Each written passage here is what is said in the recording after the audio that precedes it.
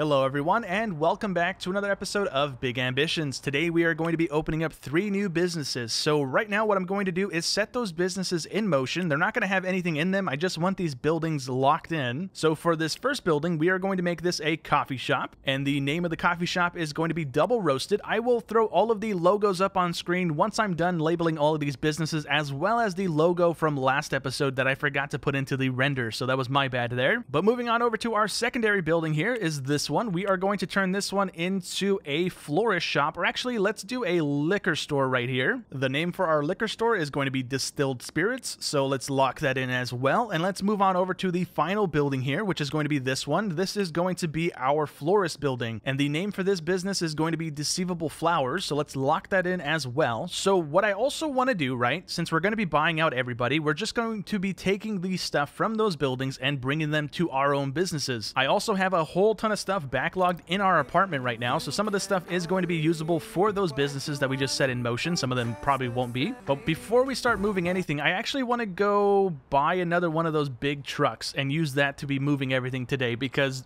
doing the SUV is really annoying. When you are breaking down a business, you have to specifically click on every single item. So like if we want to pack up our bed, we have to click on it, and then we have to click on pack. So that is very time consuming. So instead of making multiple trips with our SUV over and over and over again, I'm just going to go take a trip on over to the car dealership, buy another one of the big trucks, and then hopefully have some of our businesses up and running here in a minute. But since the car dealership doesn't open for a little while longer, let's go ahead and buy out all of the florists right now, because there's only 3 of these guys. So let's do that, and then we can go ahead and bring that stuff over. So there's one. Actually, let me close that business. I didn't want to leave it open. And the second one is not going to sell for asking price. That's unfortunate. They finally settled for 1.55 million, so let's shut that business down as well. And hopefully we have enough for the last one here. They don't hopefully want 3 mil for that. That would be really annoying, but let's see if they'll take asking price. That would be great. And they did. Nice. So anyways, I'm just gonna go ahead and wait until the dealership opens up so that we can go buy the truck. But also something happened in between episodes that is kind of cool, but it didn't give me any warning whatsoever. But our first purchasing agent, I believe they were 62 or 63 when we hired them, immediately retired when they hit 65. So there was no like text message, hey, this is my last year working with you, or anything like that. It just instantly happened one day. So we got to go through all of our employees and try and take note of people that are old. That way we don't just have it happen out of the blue, because this person retired and then we didn't have a purchasing agent for the business that they were doing. So thankfully enough, we didn't actually run into any issues because we are backlogged on so much stuff right now. But if that had happened when we were like out of stock, then we would have had our businesses running for a day or two without anybody working there. So not the greatest thing to have happen, but it is what it is. We are going to wait for the truck place, and then I'm going to go ahead and start moving all of the florist stuff over to our florist building. All right, well, I got the flower shop up and running. We just need to set a schedule in motion, and I'm also going to have the schedule for the other 2 shops running as well. We're just going to be operating at a negative for the time being because I don't have those shops set up right now. I'm waiting until we finish buying out the other companies. That way we don't have to worry about any competition in this area. So right now, let me set this flower shop in motion, and over the next couple of days here, we can see how much money this thing is going to be generating for us. So now that we're done with that, let's open up our map again. We have almost 6 mil to spend, so let's buy out all the other liquor stores in the area if we're able to. All right, there goes one for 1.55 mil, so let's shut that place down. Let's go back to the map. Nope, that's not the button. Let's go over to this guy, and we were able to get asking price. That's awesome. That's going to save us a little bit of cash here. Let's go back and go on over to this one. Hopefully this is relatively cheap. It's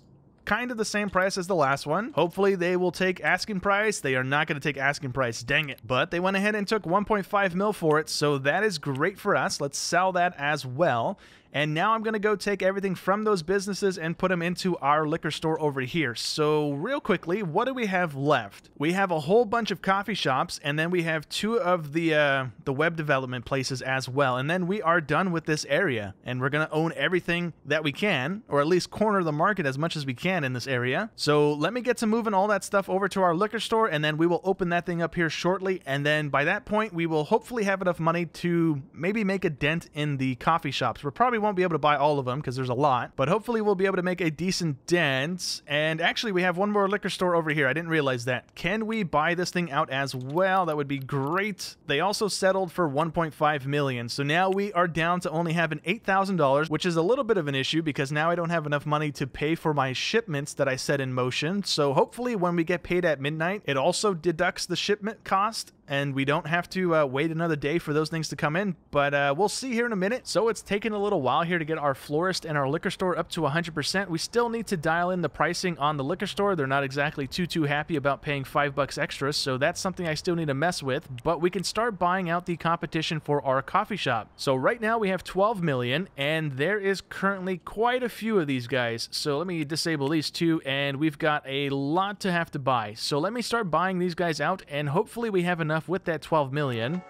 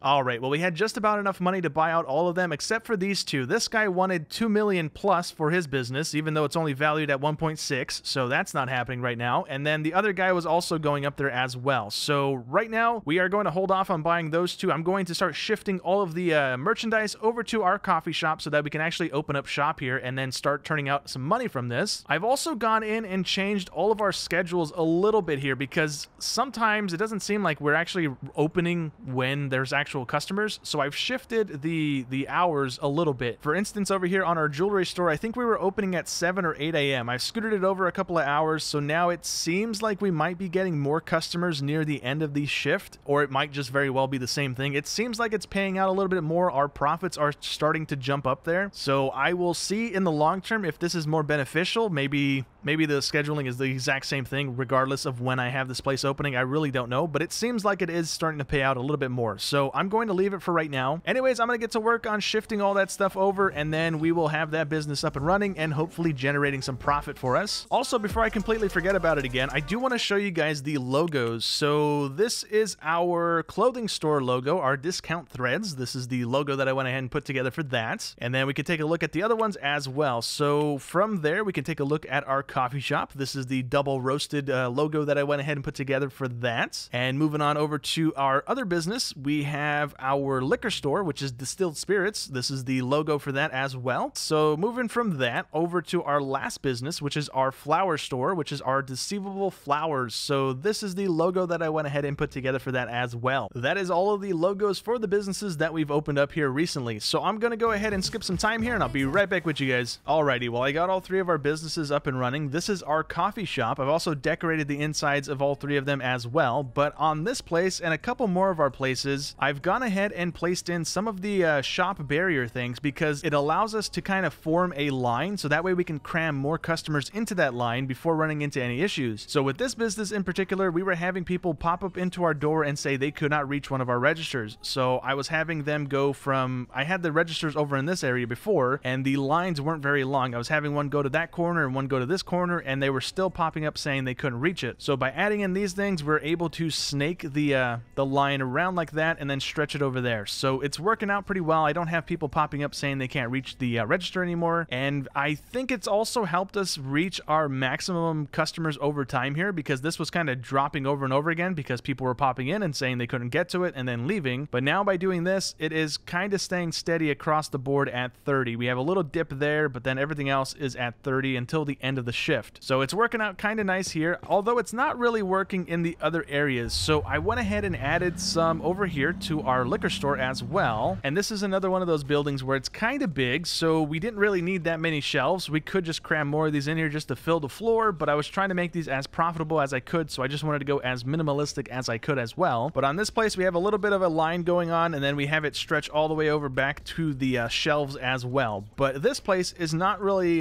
performing like our donut shop. So if we take a look at this, we have a lot of dips over and over again, and only one time throughout the day we hit 29 people. Everything else is kind of quite low. So over here, I'm not too sure. I stay inside. There's not people complaining about not being able to reach the register, so I'm not too sure if that's anything we can even fix there. The marketing is already dialed in, so there's not much else we can do potentially. This place, I might have gone a little overboard with making the line as long as I did, but it didn't really help this place at all here. So taking a look at our customers, we were averaging around 5 a day, and the numbers have not really changed. So I think it might just be either an opening time issue where we can probably shift our schedule to maybe increase the customers per hour because we're not even hitting near the 30 limit, or it could also just be that the district that we built this in is not really fancy on or wanting a whole bunch of jewelry stuff. So if we take a look at this thing over here, there's not really a demand for jewelry. So there's a 50% demand for expensive stuff, and if I could find the cheap jewelry, we can see how much that's going for as well. There's the cheap jewelry. It's only at 76%, so that could also be why we're not really getting that many customers per day here. I'm not too sure, but overall, all of our stuff is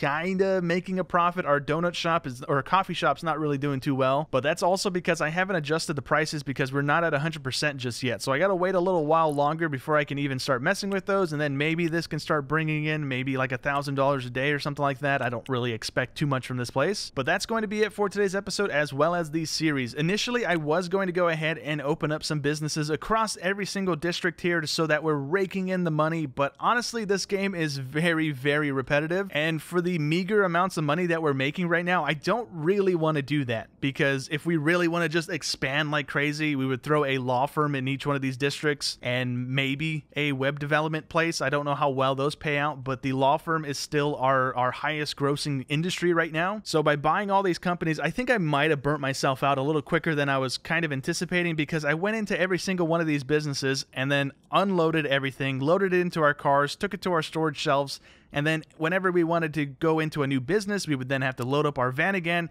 take them back to the store that we're going to set up shop in, and then unload it all over again, set it all up again, and then go through the hiring process of trying to be picky and making sure that we're getting the right people. It is a very grindy game, which is kind of fun. Don't get me wrong. I do like this game, but it is early access, and I kind of hope they add some more stuff to it in the future, mainly a bigger dolly. So right now we have a 4 package cart. Maybe with the big truck they add in a pallet jack or something that you can move more boxes in one go instead of just having 4 in one go over and over again. That is so time consuming. Or maybe down the line they can add some sort of a person that you hire in your headquarters that is going to order all the stuff for your business to get it up to maximum capacity and whatnot.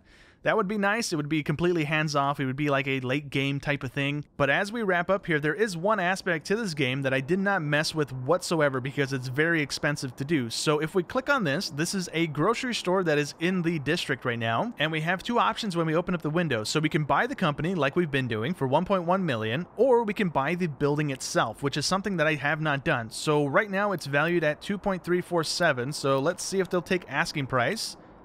They will not. Okay, let me try and get this building real quick. Okay, there we go. We bought it for 2.6 million, and right now this place is going to generate rent for us. So this is just going to be passive income effectively because there's no maintenance cost to the buildings. There's no items that we need to buy for the buildings, and as long as somebody is in this building renting it, we are going to be generating a very small amount of money because of the building that we went with, but it's going to be money nonetheless. So while we're in here, we can adjust the rent. So let's crank that all the way up to max. That's probably not going to do us any favors, but let's apply that. And then if we didn't care about the rent that this building generated, we could just kick out the company from it overall without having to buy them as well. So that's kind of cool. But let's see if we have enough money real quick to buy an apartment, which I don't think we're going to have. Those things are not very cheap. So let's see what this place goes for. They are going for 16 mil. Okay, let me roll around real quick and see if I can find one that has an affordable cost to us. Well, the cheapest one that I found is this guy here for 8.5 million. So he's probably going to want 9 million or 10 to be able to buy that apartment from him. So let's see if we have enough money in our bank account real quick. So this guy right over here, I have several investments going, right? Every single one of these was $250,000. So this is one of the ones we did together. It has barely gained any money. We're at 253 on that. So let's